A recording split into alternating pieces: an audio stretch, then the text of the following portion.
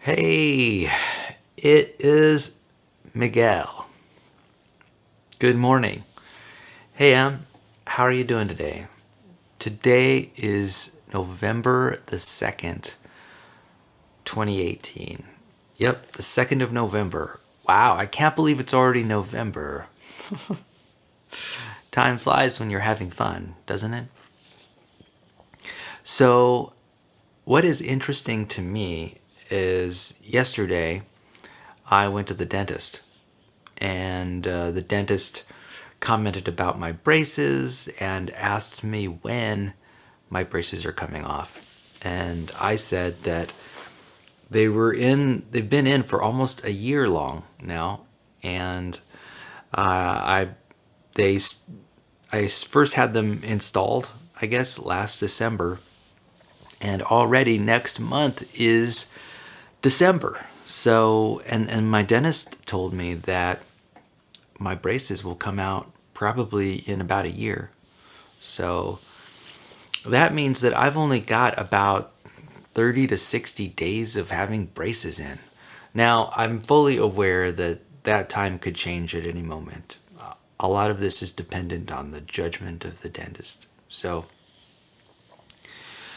I just have to sort of wait for his evaluation of how things are progressing.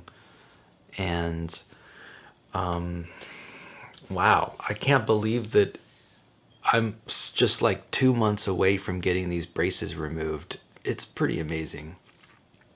And along the way, I've learned a lot of lessons about how to care for my teeth. And in fact, one lesson I've learned is just how much I love using the water flosser as opposed to thread flossing. That's been a serious improvement in my oral hygiene. In fact, when I went to the dentist yesterday morning, the dental hygienist said that my teeth were very clean, that they were very clear of plaque. And I attribute pretty much all of that, or most of that, to using the water flosser. Of course, I also have like an Oral-B electric toothbrush, and that has also significantly improved my dental hygiene.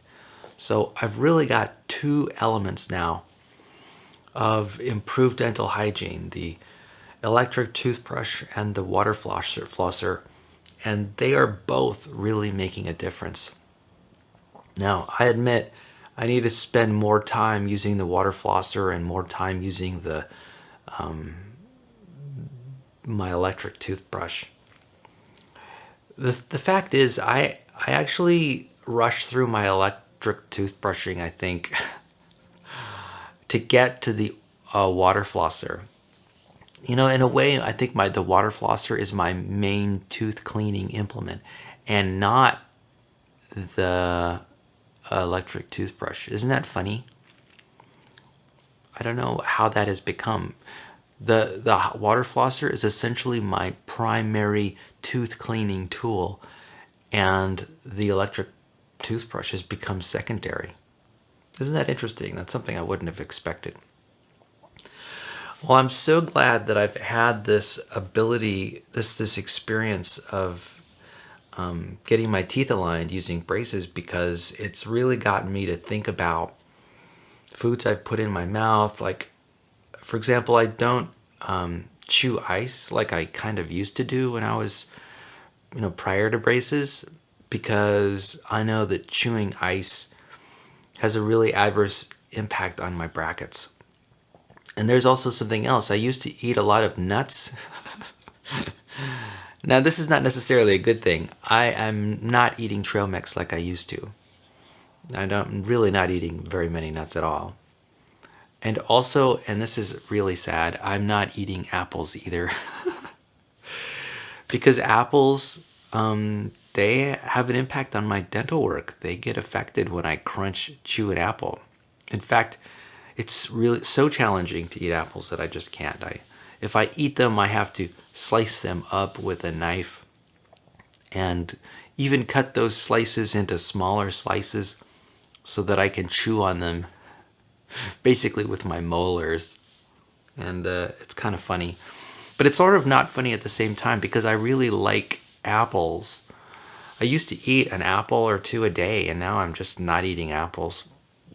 Which reminds me, I have an interest in finding some apple cider. Yeah, I've been really thinking about apple cider lately and where to source the best apple cider that I can get my hands on. And I think I'm going to have to use Google to find out what apple ciders are amazing right now.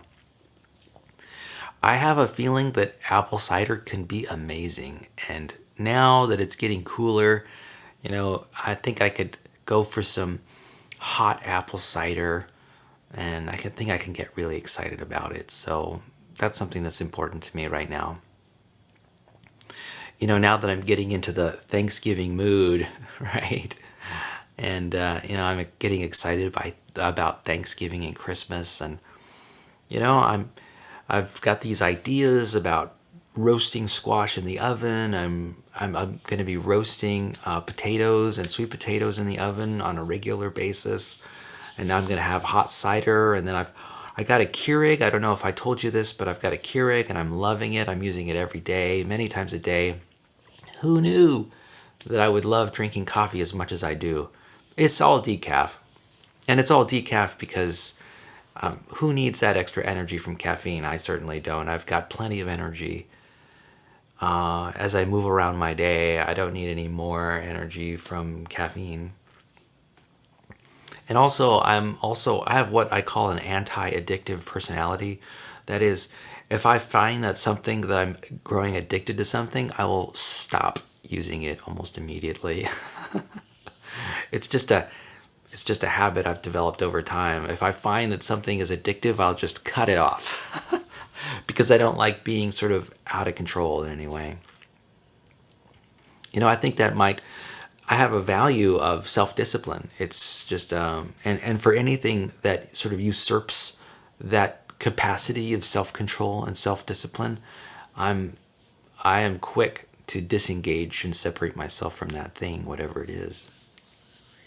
So, but anyway, I've been really focused on the winter season, and I've got, sort of collecting scarves, and I'm thinking I'm going to get yet another knit hat. I've got 2 knit hats right now. I'm going to maybe even get a third one. I'm thinking about possibly getting some gloves. I'm probably going to get some new sweaters. We're going to see how this goes. But I'm going to get all cozy for the winter time, and I'm pretty excited about that whole prospect. I'm really going to be sort of contextually appropriate in terms of my gear. I'm not sure that I've ever really done a good job of preparing for winter. I used to come from a very cold place where I had sort of a summer set of clothes and a winter set of clothes, and I would store the winter set of clothes away during the summer in my closet, and then I would pull them out when it would start getting cold. Now, of course, I don't think I ever really liked doing that. I like having access to every piece of clothing in my closet at any time. And, living in California where it's so sunny and the weather's so good, I've never really had to think carefully about warm weather clothing. But now I think I'm willing to think carefully about it again. And for me, it's an opportunity to express myself through style and fashion. It's also an opportunity for me to sort of keep warm and really enjoy the coolness of the air while feeling secure that my body temperature will be maintained.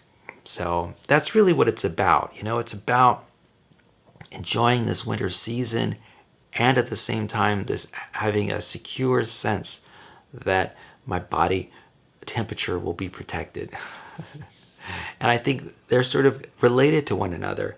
I think that if you have a tendency to get really cold, if you're not preparing well for the cold, then you'll not like the cold. You'll not like cold temperatures. So a lot of whether you enjoy the wintertime or not has to do with how willing you are to prepare for it.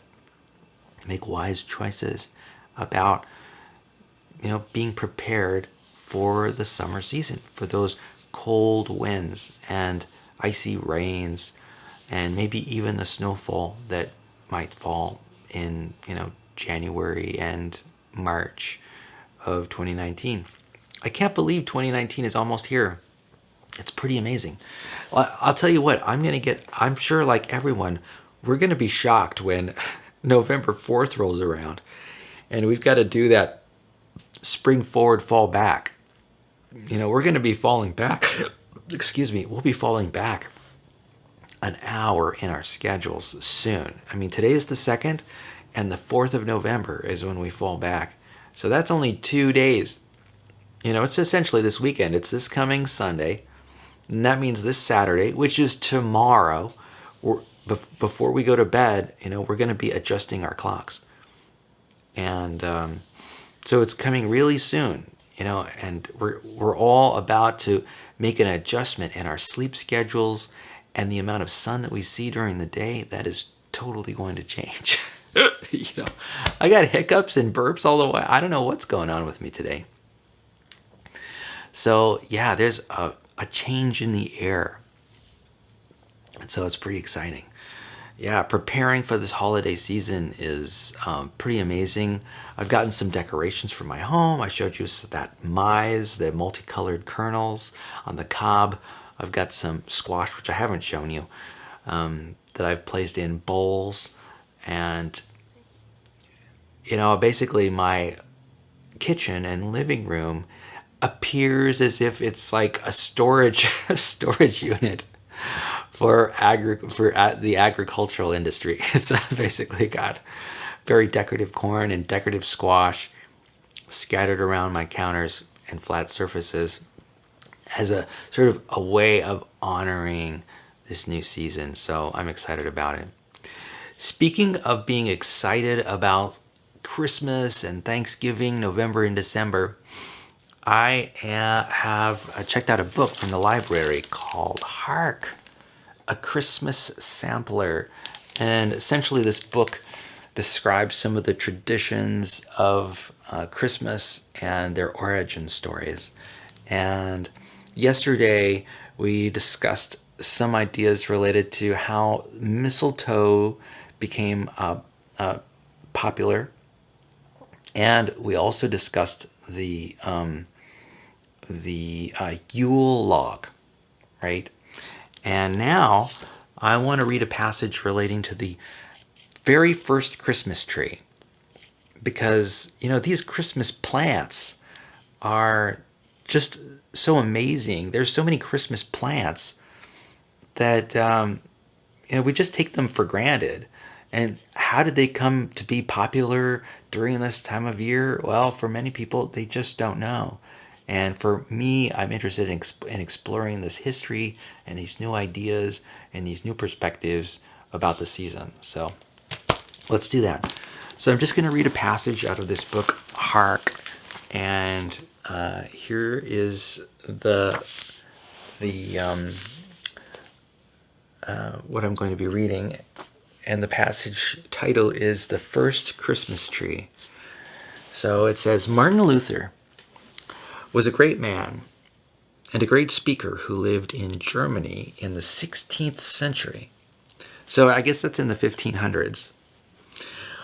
One Christmas Eve, he spoke for hours from the pulpit of a church in a nearby town. It's kind of interesting that he spoke for hours. No wonder he was such a good speaker. He had a lot of practice. When he rode home that night, he was tired from all the speaking. The air was crisp and cold, and as he went along the forest lanes, the sky overhead was sprinkled with stars as thick as sugar on a loaf. Martin Luther stopped his horse and got down. Tall fir trees towered over him, and above him, far above, were those glittering stars. Martin Luther sighed aloud, startling his horse. An owl flew away on silent wings. He wished his wife and children were with him, then so that they could see the great beauty in the sky. But they were home in their cozy beds. So he got back on his horse and rode the rest of the way home. the sparkling stars through the fir branches, filling him with awe and delight. Just outside Martin Luther's house was a small cluster of fir trees. After he had stabled his horse, he cut down one little fir and dragged it into the house. He built a wooden stand for it and set it up in front of the great hearth. Last of all, he fastened candles to the branches and lit the wicks. Come see, he called, waking his wife and children. Sleepy-eyed and yawning, they came into the room just as Christmas morning dawned. Just so the stars shone down on our Lord through the trees around Bethlehem all those many years ago, he said. And that was the very first Christmas tree. And this story was adapted from a German legend. So, wow, I had no idea.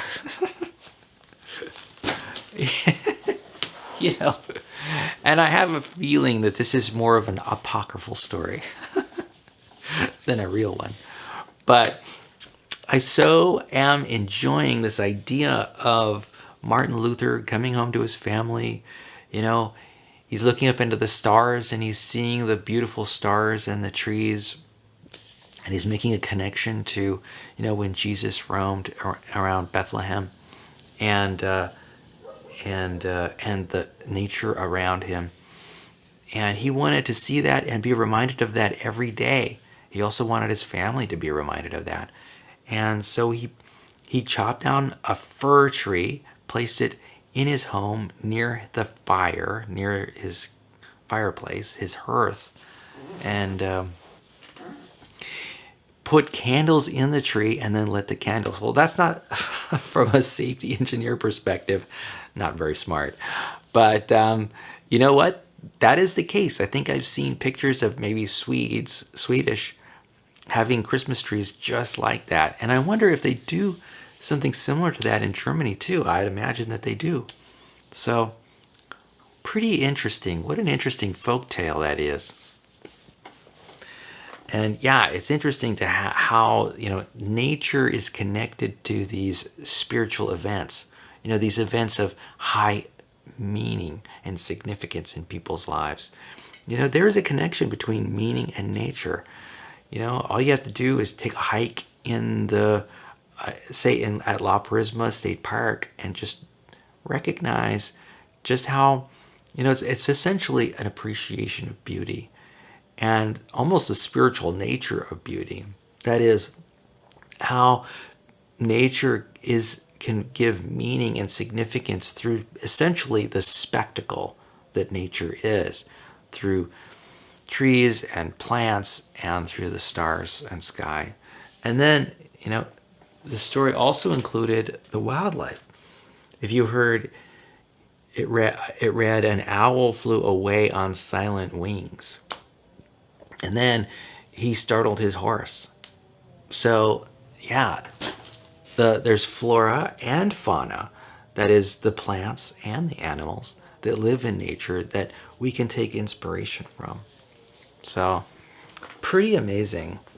I tell you, I think I might very well get a Christmas tree this year. Now, I'll probably get an artificial Christmas tree. Or not, maybe I'll get a real one, I'm not sure. Probably artificial. I'll tell you, I've had real Christmas trees before, and they are a challenge to maintain. You've got to keep them watered, and their needles fall off, and it's this whole thing. But an artificial tree, and in fact, I think I might go for a smaller tree, which would be a more appropriate size for my apartment, which is rather small. Anyway, I really did appreciate that story relating to the first Christmas tree. Before usually in my sessions with you, one of the things that I do first is I read from Peaceful Living. I neglected to read from this book. So let's find the November 2nd passage and read a little bit about what Mary Mackenzie has to say.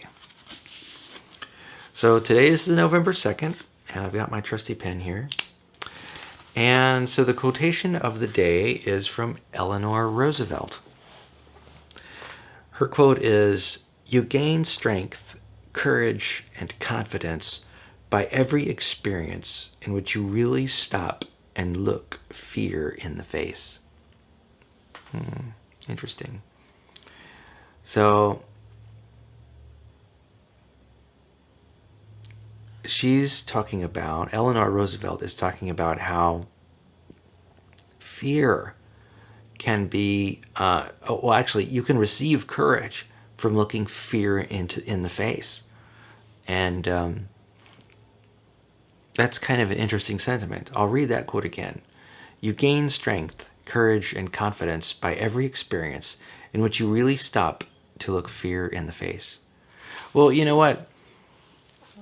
I am thinking of an alternative idea that might be better. I can imagine that you gain courage from reminiscing about past times when you have looked fear into the face and succeeded nonetheless, despite the fear. That's right.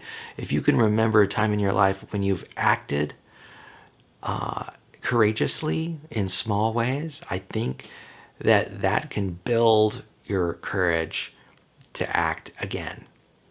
Particularly if when you've acted courageously, that the consequences, that is the outcome of your actions, were positive. So for me, it's about conditioning. It's about how you've conditioned your nervous system to respond to risk. I wouldn't necessarily think it a good way to respond to risk by just focusing and facing fear or thinking about fear. It's really the opposite, right? The way you become courageous is you recognize how much you'll benefit from acting despite the fear. So really what you're doing is you're thinking positive thoughts about outcomes. And that's how you gain courage. You don't gain courage just by mulling over the fear and thinking about it a lot. I have friends who who do that kind of thing, and they are the most afraid people I know. Okay, so I wonder what Mary McKenzie has to say about this quote from Eleanor Roosevelt. Let's read. So the passage begins with the subtitle, "Connecting Feelings and Needs." How are you feeling right now? Do you feel happy? If so, then your needs in this moment are met. If you feel sad, tired, angry, hurt, or disappointed, they are not. Take a minute to check in with yourself. Do you need love, support, reassurance, hope, rest, safety, respect, understanding, or perhaps acknowledgement? That's a long list of needs. If none of these needs is at the root of your feelings, keep searching until you find what it is. Notice how you feel when you connect to this unmet need. Many people begin to feel relief just by doing this. Now consider what you can do in this moment to help yourself meet your need. Maybe you could call a friend and make a date to discuss an issue. Maybe you could take a short nap to satisfy your need for rest. Or maybe you could plan to work out or to have a play date. Once you are confident in your plan, take a moment to check in with your feelings again. You may notice a deeper sense of relief, or you may be aware that there is no easy or immediate way to meet your need. If this is the case, acknowledge how sad or overwhelmed you feel as a result, and mourn your unmet need. We often feel relief when we can connect to the unmet needs that are the source of our feelings. We feel even deeper relief when we have a plan for meeting that need, or mourn if we realize that we can't meet it. Connecting to ourselves in this way is a powerful healing tool that is always available to us. And the thought for the day is, be aware of your feelings today and the unmet or met needs that cause them. Make plans to meet them or mourn them if you can't. Wow. That's powerful. I think it really is powerful to focus on your needs and connect those needs to your feelings. And I think Mary McKenzie is correct when she says that the feelings that we have are linked to the needs, to our needs, and whether those needs are met or unmet. We generally feel good when we meet our needs, and we generally feel bad when we don't meet our needs. And, if we're not feeling so great, it might behoove us to take some time out and think about what needs are not being met in the moment. And she takes it to the logical conclusion. She asks, well, can these needs be met at all? And in the moment, they may not be able to. And so I can imagine sadness being the result. Knowing that you'll never be able to meet a certain need, or you can't meet it in the moment when you want to meet it. So, fascinating stuff. What I think is interesting, first, one of the things that struck me about this passage was the long list of needs that she had in this passage. She says, do you need love, support, reassurance, hope, rest, safety, respect, understanding, or perhaps acknowledgement? Okay. That's a long list of needs. You know what? That's what's interesting about human beings. We have an infinite number of needs. Every person I know is they are a bundle of needs, a basket of needs. They have needs for water and sunlight and exercise and food, and that's just the physical needs. They have needs for security. They have needs for health. They have needs for respect. And then there are all kinds of needs that people have that are almost ephemeral. Like, I don't know, they have a need for learning. Actually, that's not so ephemeral, but they're sometimes there are ephemeral needs, like needs for hope. But there are more concrete needs, for example, needs like rest. There are a lot of them. So, human beings are just always trying to assemble and juggle getting our important needs met. That's how we decide on what to do next. And anyway, I'm just struck at just the sheer number of needs. It makes me wonder, how many needs are there? Are there 10 needs? Or are there 20 needs? Are there 100 needs? Are there 1,000 needs? Do people have millions and millions of needs? Do people have an infinite number of needs? I think this is a good question to ask. Is the number of needs finite? And how about need intensity? Is need intensity a factor? Yeah, I mean, sometimes if I'm like starving if I'm needing water in the Sahara Desert, my need for water is a 10 on a scale from 1 to 10. So it's got a very high intensity level. And there are some needs that are very low. They have lower intensity levels. Some people may have a very low desire or need for, say, creativity, or say creative expression. So it's kind of interesting. The person's set of needs or basket of needs that move them is very unique from individual to individual. And needs might even change in different contexts. For example, I might be in a restaurant, and while I'm ordering food, I might have a need for money, right, to pay for my food. And then after I've paid for it, maybe I've got some change, I go to the video game section, and I might have another need, and that is for excitement. Now, because for excitement, that is because I want to play a video game. So, these needs are constantly swirling around us. They're ever changing depending on the context. And sometimes they change depending on just what's in our minds, our thoughts, the perspective that we have in the moment.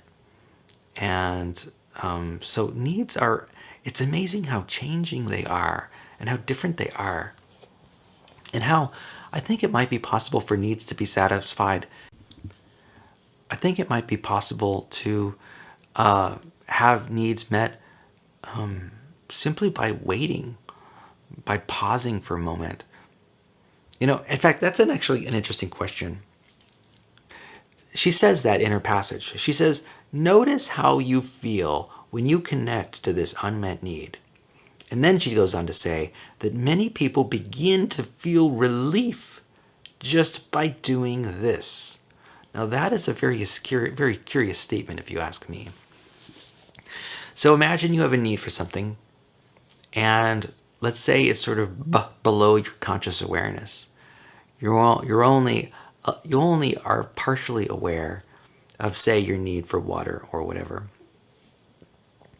Can you imagine that focusing attention on that need for a moment might reduce the intensity of the need? That's kind of interesting. You would think that the opposite might be true, that it would enhance the intensity of the need. So this whole idea of bringing awareness to your needs is really curious. Does it make you feel more or less needy? I think it can have either effect, depending on what your true needs are. And, I think it's kind of interesting that a person might not even know what their needs are. Let's say they're not bringing attention to their needs. Can you imagine not knowing what your needs are? And perhaps feeling happy and yet oblivious to needs that might make you sad in the moment if you knew about them. And what are these needs that can get satisfied simply by focusing on the need itself? Sort of just acknowledging that the need exists. What are those kind of needs where all you need to do is just attend to them with your mind, and with your mind only, and satisfy those needs as a result? I'm kind of curious. Personally, I'm not so sure what needs those are. But here's, I think, something that's coming to the fore for me is this idea that needs are, well, there are objective needs and there are subjective ones. For example, my body is essentially a chemical solution, and I need water and food to continue to operate. And I think that the need for water, food, and, say, safety are pretty objective needs, right? I objectively need those things, and if I do not get them, then I will die. Without food or water or safety, I will die. And but then there are other needs. Say, for example, the need to be understood. If the need to be understood is never satisfied, it is possible for me to live a happy and meaningful life. So there seems to be some kind of needs that are more important than other needs. And, I would guess that all needs motivate and drive behavior. And, it's just interesting to think about this nature of needs and get curious about what needs are satisfied simply by considering the need, by focusing on the need. Yeah. There's also this idea that I mentioned just a moment ago about how needs many of them can be largely subjective. How do I know when I've met a need? It's not too clear about, say, the extent that I must pursue a certain value before that value is satisfied. Like, for example, if I'm looking for understanding, say I want understanding about a need of mine, would it be enough to, say, post the need on Facebook or write about the need in a text message to a friend? Does that satisfy my need for understanding?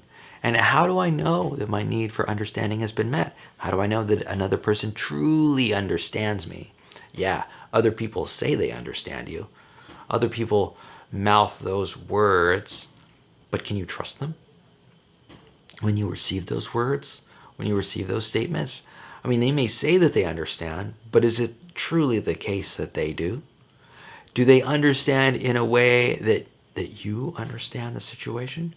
Or are they understanding in a way that only they understand the situation? And when their understanding might be different from yours. In a way, you're sort of choosing when your need for understanding will be met, and that choice is fairly subjective. It's not like there are any objective markers or graduations on the problem. When is a person satisfactorily understood? And what does it mean to be less than satisfactorily understood? How do you tell? Sometimes it's not easy to tell. Sometimes you can, but sometimes you can't. Can you fully trust when someone says that they understand? So, it's really, this whole idea of needs can be rather subjective. And it is peculiar, I think, that just bringing attention to certain needs can satisfy those needs. It's fascinating. It's fascinating to have needs met and unmet in a world where no action is needed. Right? What's that all about anyway? So that's kind of interesting, isn't it? So thank you very much, Mary. There was another thing that I wanted to address. This whole idea of needs as being the root of feelings, of needs being the source of feelings. And, I think that is largely true, but I don't think it has to be true. Well, I don't know. See, one of my ideas is that sometimes even just using a word itself with its associated connotations and definitions and meanings can bring about feelings. Just the word, even a word completely out of context with no connection to reality, I am guessing that can cause an emotion. For example, people watch movies, and sometimes there are scary parts in, say, a horror film or something. And I can imagine just the use of certain words, certain phrasings, even certain music can generate the feeling of fear by association only, by nervous system association, and not via the mechanism of needs. I think it might be possible to have feelings that are not needs connected. Now, I'm not sure of that. Here, think about this Pavlov's dog idea, right? So Pavlov's dog idea is about how a scientist rings a bell when a dog is, say, eating its dog food. And then at some time later, he rings the bell again without the food, and the dog begins to salivate. So essentially, what has happened is that this stimulus has created a response in the dog. But the need may not even be connected. For example, the dog may not even be hungry. Say this happens after a meal. The dog is satiated. Then the bell rings, and then the dog's saliva glands begin to salivate and operate. So what need is met or unmet as a result of this Pavlov's dog experiment? My guess would be that there are no needs. That it's really just a neurological association has been created.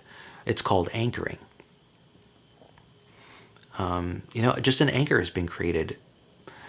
And that's a trigger or a cue for some kind of behavior that's fairly automatic and is not really connected to needs by itself. So anyway, that's my counter argument, or at least one counter argument to the idea that all feelings are the result of needs being met or unmet. What else have we got? Yeah. Oh, this whole idea of not meeting needs. She says something like, here's a quote from her passage. She says, "We feel even deeper relief when we have a plan for meeting that need, or mourn if we realize we can't meet it."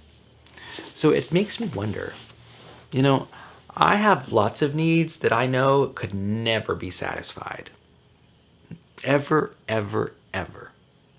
For example, I have a need for a Lamborghini Diablo. Now, it's not a very intense need.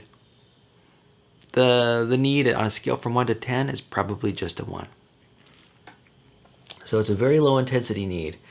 And I'm pretty sure that throughout my entire life, that I can go through my entire life without ever owning a Lamborghini Diablo. So what happens to that need?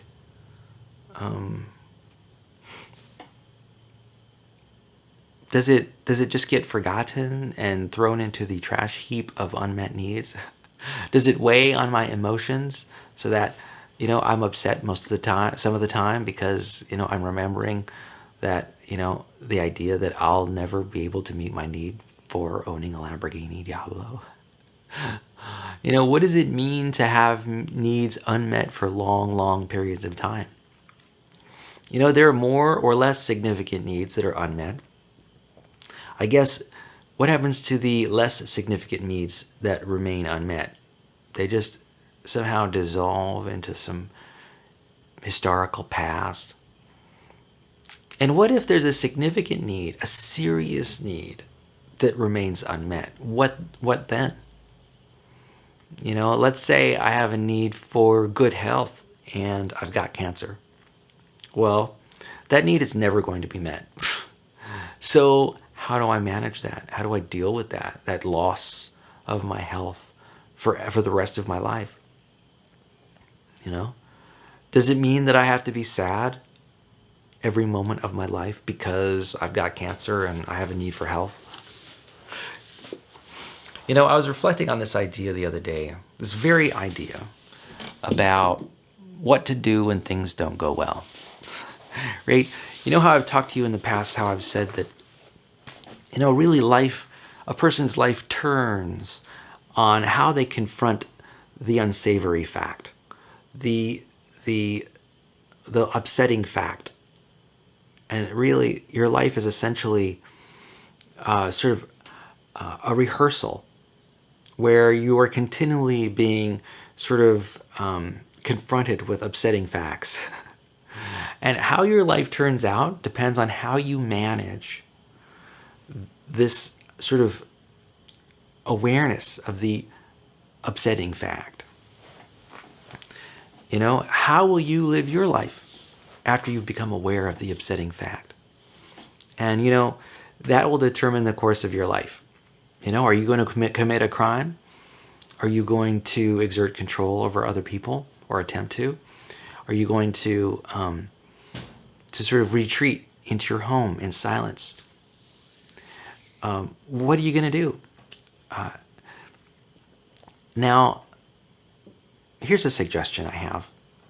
I've been thinking lately about essentially these unpleasant facts. They are essentially what I'd call problems without a solution, right? And how long can problems without a solution linger? Well, they can linger for your entire life. And they can linger for hundreds of years and even millennia. We have the problem of scarcity, right? That the project of civilization is trying to solve. There's a problem with scarcity. So how do we manage this scarcity? Do we use socialism or capitalism, or what other means do we use to manage this scarcity that we have, the scarcity problem that we have? So here's my thinking. When we are confronted with a negative thought, that's basically a choice point. There are a few ways that we can manage it. We can manage it by just sort of having a neutral attitude toward the upsetting thought somehow, trying to be as neutral as we can about it. And, there's virtue in that approach. There's another strategy, and that is when you're confronted with an unsettling fact, basically become upset about it. And in fact, I'm sure that there's this theory that goes that if you can magnify your upset, that you will be motivated to solve the problem of the upsetting fact. Create a solution that avoids the existence of the upsetting fact, or terminates it, or ends the upsetting fact. So getting really upset emotionally, that's a possibility. Getting a little bit upset, how the question really is, how upset do you need to get about a problem when you're confronted with it? Like on a scale from 1 to 10, should you be 100% upset about any old problem that shows up? Well, there are a lot of problems.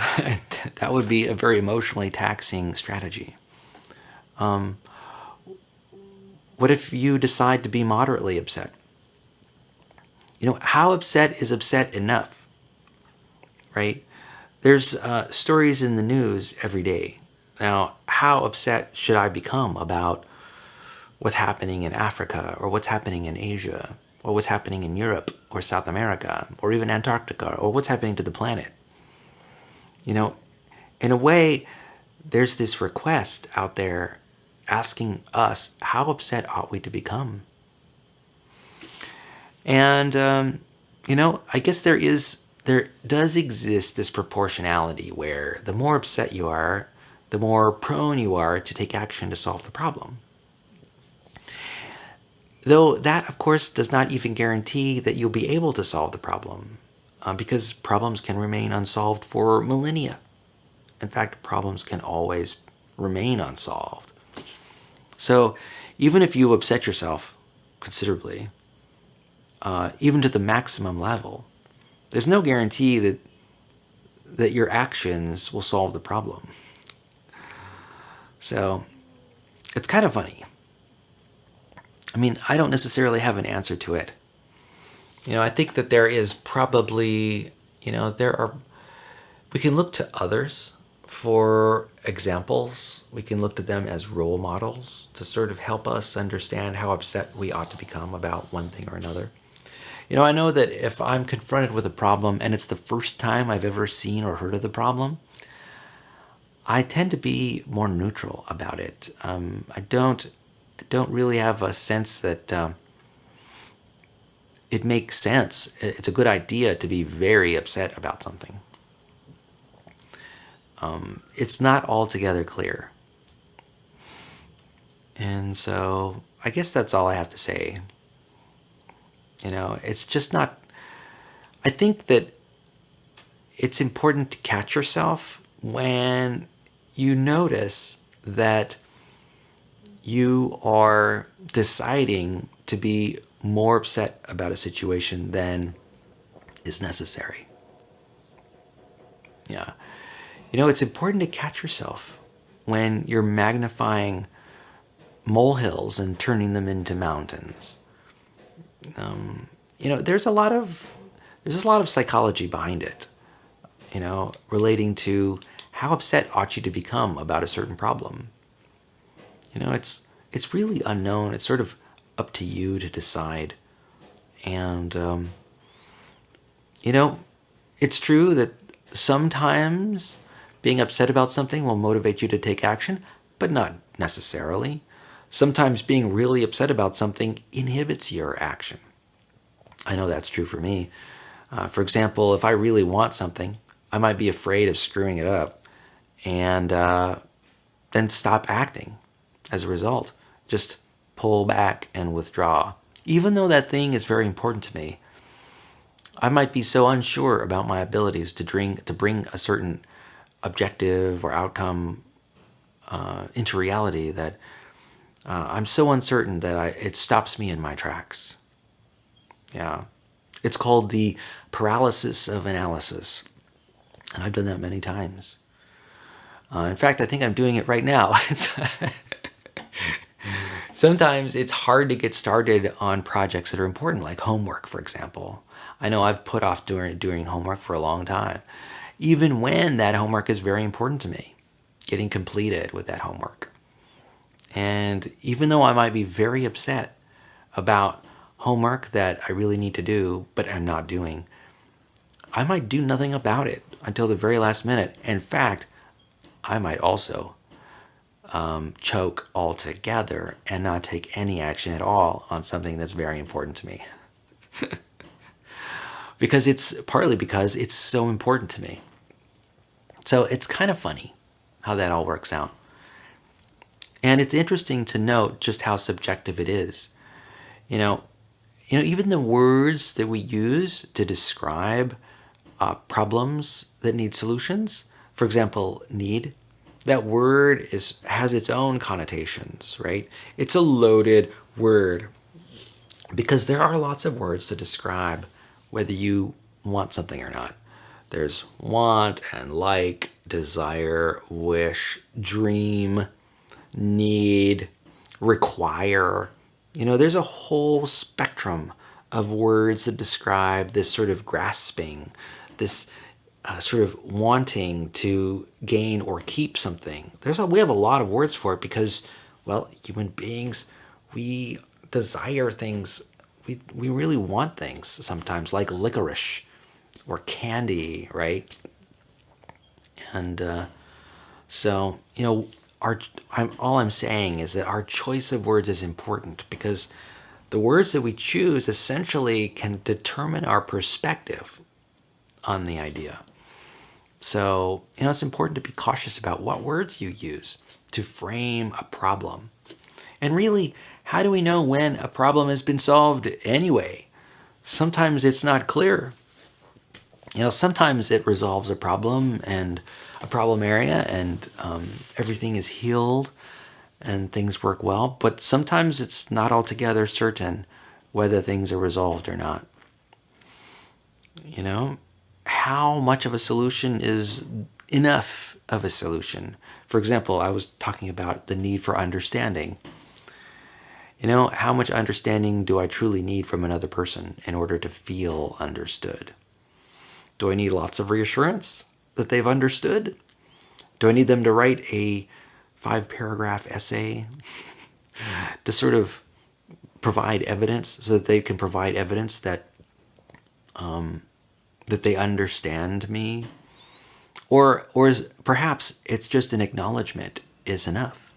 It is enough that they just say, look me in the eye, or gaze with me, gaze together with me as a form of acknowledgement. Essentially, they've allowed themselves to be present or in my presence while I've described my problem. Maybe that's all I need is sort of recognition. Maybe I need recognition more than I need understanding. Especially if there's an infinite number of needs. And, there's also an infinite scale of sort of thresholds where needs are met or not. An infinite number of thresholds. It gets a little bit, this construction of needs being met and unmet and the emotions that they cause, it's just so uncertain, right? It changes with context, it changes with understanding, it changes with the person. For example, a quadriplegic might have a desire to get from one part of the room to another part of his room. And for him, if he could just do that, his need would be met for, say, excitement. But for me, I've got to drive all the way down to Los Angeles for my need of excitement to be met. I need to drive over 300 miles away. Whereas a person, all they might need is, to travel from one part of their bedroom to another part. So anyway, that's pretty phenomenal stuff. So I've gone on about that long enough. So let's go on to some questions here in my book of 501 questions. So question number 203, are you noisy or calm? And I can answer in the affirmative that I am calm. And thing is, I also can be noisy too. I like talking, and so I like being around other people who are talking, and so I can be noisy. I don't know. It's hard for me to say. Am I noisy or calm? I don't know. That may not be a clear dichotomy. Do you have to be either one or the other? Question number 204. Are you clean or messy? Well, I like to think that I'm clean, but it sort of depends on a person's standards. Everybody has different standards. Some people are really, really clean and they would go nutso around me. Other people are just slightly messier than me, and I might go nutso by seeing their place. So, am I clean? I would say that I am on the clean side. Definitely on the clean side. In fact, I do my laundry every week, and I just assume that everybody else does their laundry every week, but I don't think that's the case. I go down to the laundromat here at my apartment complex, my condo, and I'm like the only one out there on a Saturday or Sunday doing my laundry. Like, where is everybody else? Maybe they're doing their laundry during the week or in the evenings. I don't know. Maybe nobody does their laundry on the weekends. This doesn't make a lot of sense to me. So I'm still puzzling over when other people are doing their laundry. And the theory I have is that a lot of people go to external laundromats to clean their clothes. So anyway, in terms of cleanliness, I think I fall on the clean side. Question number 205.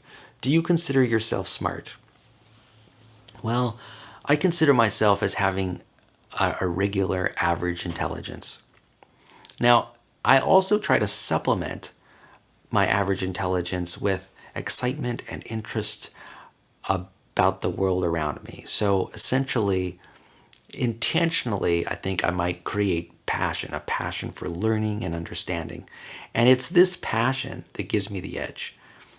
It's also my age. I'm a mature student, so I know how to study. And if I want to learn something, I set up the use of memory techniques and internal rehearsal methods, and I learn that information. But I learn that information as an average intelligent person at a high, at an improved, more efficient level, simply because I'm a mature student. Yeah, I don't think it has anything to do with intelligence at all. It's about self-control, self-discipline. School is all about self-discipline. All you need is moderate intelligence, the intelligence enough to read and understand and talk a little bit, and you can get aces in all of your classes. And you don't have to be very smart. So, not smart in the sense that I think of smart, like an IQ test. So I think I have average intelligence. I might do better on exams, say IQ exams, just because I've had a lot of intellectual experiences because of my passion for education and learning. But it doesn't mean that I'm smarter necessarily, that my neurons work faster than anybody else's. In fact, I'm pretty certain as I've grown older, like I'm almost 50 years old, my brain, my neurons, I have a feeling that they are firing slower simply because of my age right now. I've been around people, younger people, and they are very quick thinkers. They rapidly come to decisions a lot faster than I could ever do it.